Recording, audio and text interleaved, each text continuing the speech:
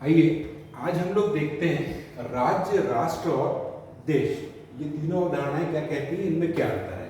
पहले लेते हैं हम लोग राज्य या स्टेट। तो देखिए, कोई भी क्षेत्र राज्य तब कहलाएगा जिसमें जब उसमें ये चार चीजें होंगी: निश्चित भूभाग, जनसंख्या, एक सरकार और संप्रभुता।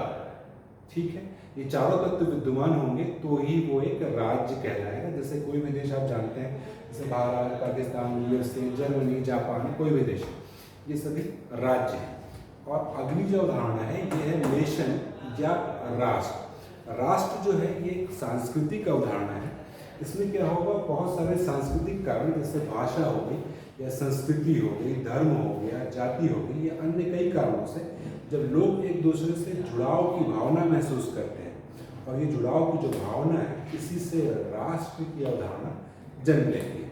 जैसे 1947 से पहले हम लोगों के बीच में या भारत एक जुड़ाव की भावना थी, तो इसी से हम लोग भारत राष्ट्र का निर्माण करते थे। 1947 के पहले भारत एक राष्ट्र था, लेकिन 47 के बाद जब हम लोगों के पास ये चारों चीज़ें आ गई, यानी कि निश्चित भूभाग हमारा था, जनसंख्या पहले से ही निश्चित भूभाग निर्धारित हो गया, एक सरकार आ गई, संप्रभु सरकार आ गई, तब हम लोग राज्य बने।